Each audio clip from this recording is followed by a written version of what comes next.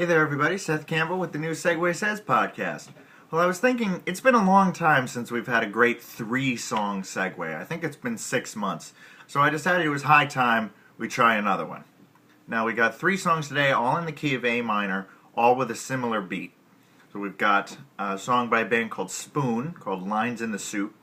A song by Fleetwood Mac, and it's been a long time since we've had a Fleetwood Mac song, Sisters of the Moon. And then Psycho Killer by Talking Heads. So we're covering a spectrum here.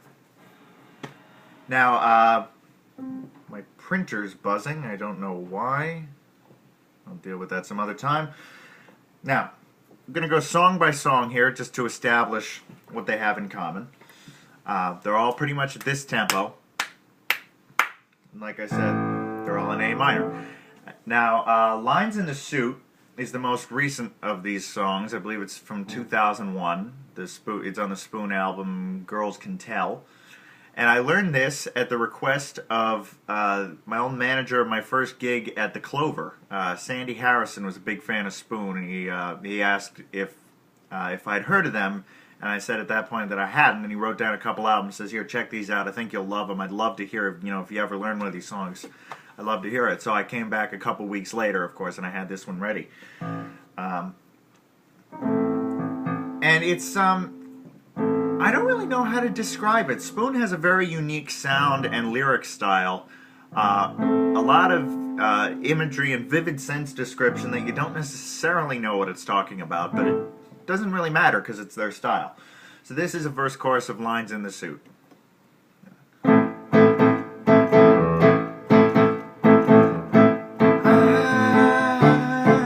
on a straight line when a man comes around, and he's got lines in his soup coming round to make us moot. And I'm moving on now, if I like it or not, 'cause I got nowhere to go. Tell me something I don't know.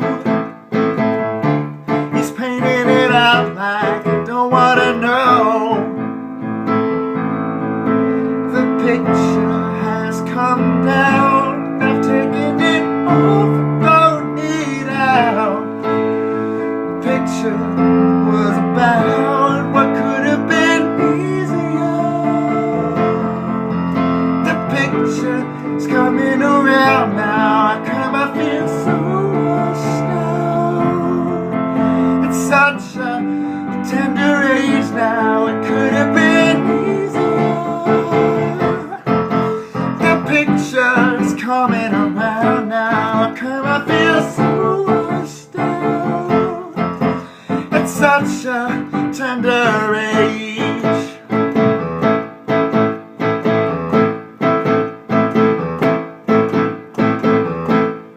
That's a verse chorus, and as you can hear, it's kind of weird. It's very eccentric, but it's very much in their style, and it's a really cool song, really cool album.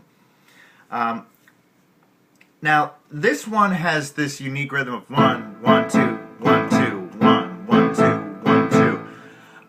But that's actually not particularly important for the segue. What matters is where you would count as 1, 2, 3, 4, 1, 2, 3, 4, 1, 2, 3, 4. Because that tempo is pretty consistent across all 3 of these.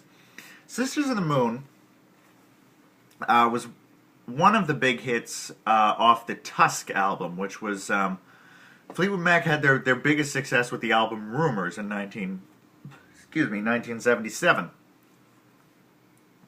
And basically the record company really wanted Rumors 2 for their next album. And they didn't want that. They wanted to do something artistic and individual and kind of rebellious. So they ended up self-producing. Lindsey Buckingham basically did most of the studio work, the production work. A double album called Tusk, which has some very weird material on it. And this is one of the songs that's a little closer to what you'd expect of Fleetwood Mac, and consequently it was one of the hits. It's one of Stevie Nicks' songs, and I think it's kind of like a sequel to Rhiannon in that it's sort of a witch tale. you know, witchcraft symbolism and a lot of that. And it goes something like this.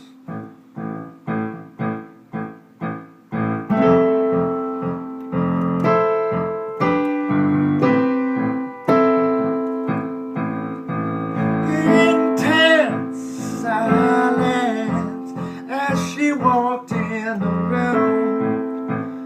Black robes were trailing a sister of the moon, and a black widow spider makes more sound than she, and the black moons in those eyes of hers make more sense to me. Heavy persuasion, it gets hard to breathe. It was dark at the top of the stairway. She called to me.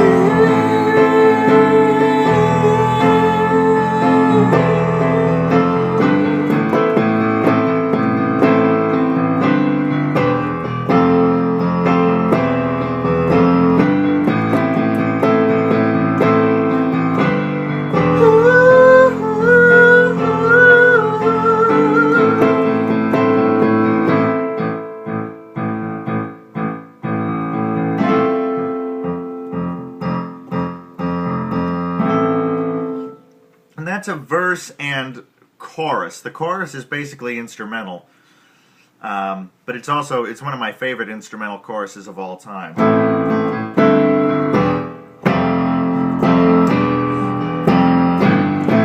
I love that. But anyway, so that's Sisters of the Moon, and then Psycho Killer, of course, arguably the Talking Heads' biggest hit. I suppose Once in a Lifetime, Burning Down the House are up there as well. But it's, you know, obviously, well, I mean, it's the Talking Heads. It's going to be really weird. So we have a trilogy of different kinds of weird. We've got musically and lyrically eccentric and spoon lines in the suit.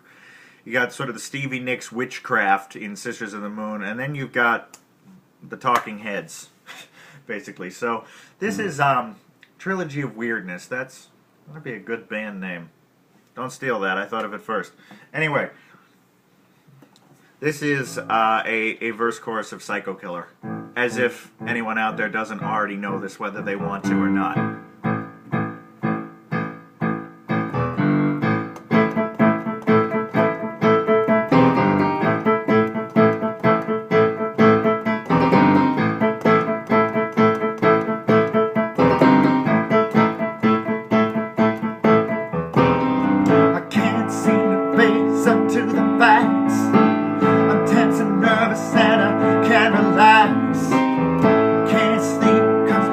On fire, don't touch me, I'm a real live wire. Psycho Killer, qu'est-ce que c'est? Run,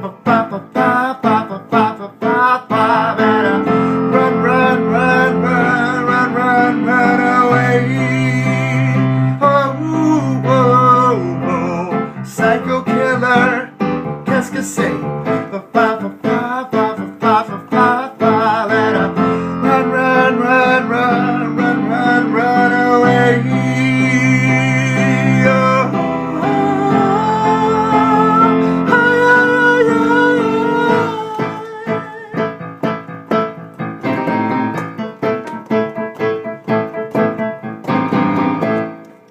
Apologies for the rustiness of my voice. I'm recording this much earlier in the day than I usually do, and I actually haven't sung much the past couple days, so there's a bit of a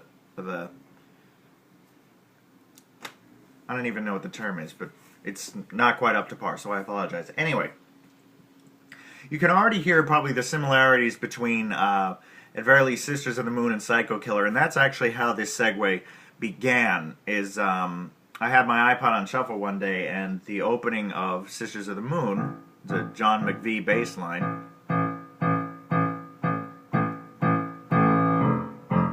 it takes a while to, I mean, this is just hitting A, then eventually it goes to F, and I remember thinking when I heard the first few hits on A, I was like, oh, Psycho Killer.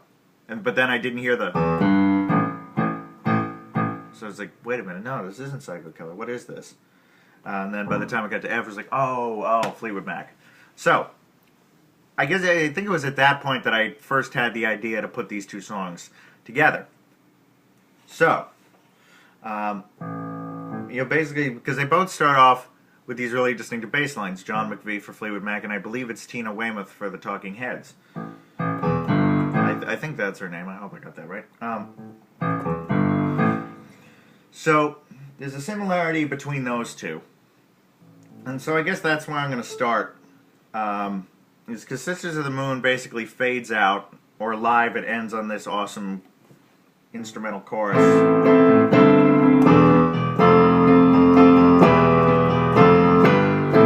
But when the chorus goes back to the verse earlier on in Sisters of the Moon,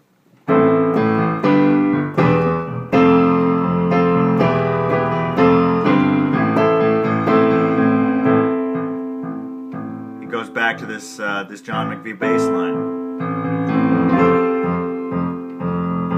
It goes to the next verse. And so I follow as friends often do. And under that verse is this bass line. So you've already got a precedent for going from this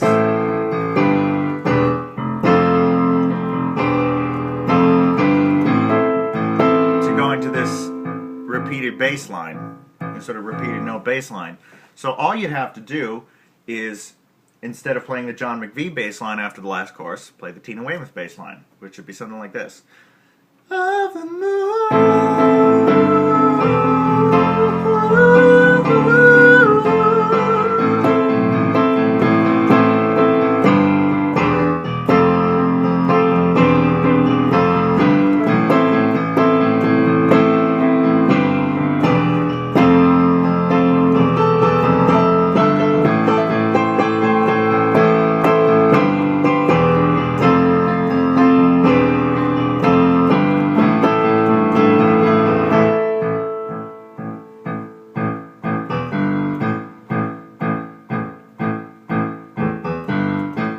Eventually you bring in the guitar part in the right hand.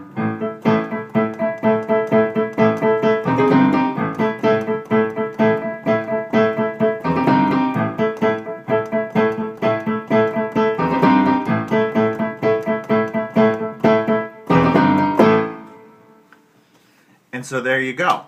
That's very easy, and theoretically at the end of Psycho Killer, you could go back to Sisters of the Moon if you wanted to.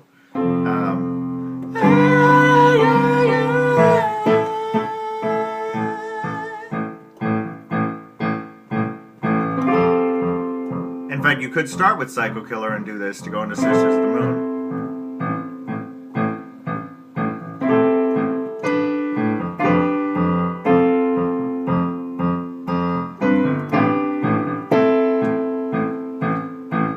I like to do Sisters of the Moon first and then into Psycho Killer, and it's for a similar reason I talked about with a couple weeks ago, Durban Deep into watching the detectives. Is, like I said, I mean, Sisters of the Moon is a great song, but odds are people are going to be more familiar with Psycho Killer.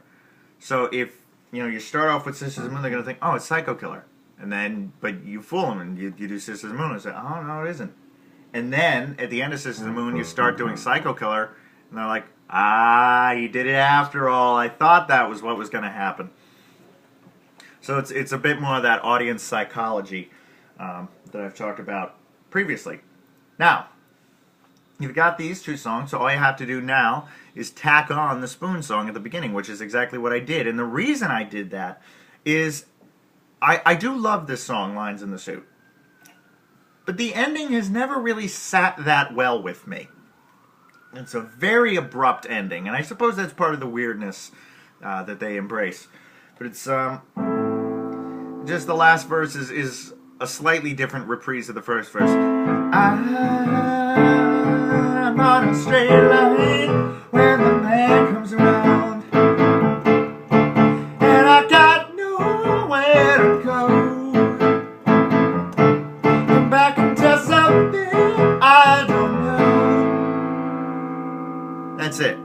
it ends with the melody on the minor third. Back into something I don't know. Which to me, it doesn't sound like a definitive ending. It sounds like, it's kind of hanging there waiting for something else to happen. Especially because in the previous verses, you'd have, like in the first verse, for example, get back into something I don't know. There's another turnaround. It's painted it out like I don't want to know. It comes down to this. So I always felt that ending was kind of abrupt. And then it felt like something was missing there. So rather than just end there, I wanted to find something else to go into. And about the same time I learned this Spoon song, I had been developing the Sisters of the Moon Psycho Killer Segue, and I really wanted to showcase it at the next Clover show. And basically I decided to put these together. That, well, maybe if I just go straight through, it'll feel less abrupt. And what do you know? It did. And so it's going to be another case of things we've seen before, is where you sort of hold steady in the right hand on the last notes and let a new bass line start. So basically, because you're already pretty set in this da da da da da da da da, so you got to break that, and the best way to do that is with a hold. So that'll be something like this. Got nowhere to go. Back into something I don't know.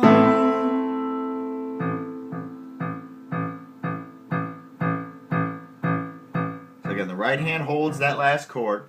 And the left hand, very subtly at first, sort of creeps in and starts this bass line.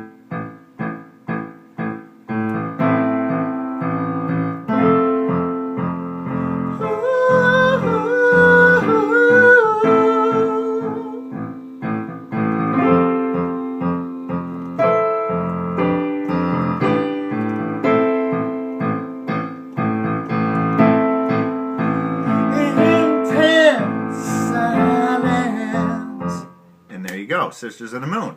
So there you have your three songs. You got Lines in the Suit, which is where you start, into Sisters of the Moon, into Psycho Killer, and I like to end on Psycho Killer because I figure you messed around with the audience enough, and it's difficult to go from Psycho Killer back into the Spoon song because it's got this, this different rhythm, and going back into the middle song of a segue can be confusing in my personal experience. That said, there's an example coming up not terribly long from now where we're going to do just that. But, just for now, just take my word on this. And plus, because, you get to end Psycho Killer with this part of the riff. Or if you just want to do a...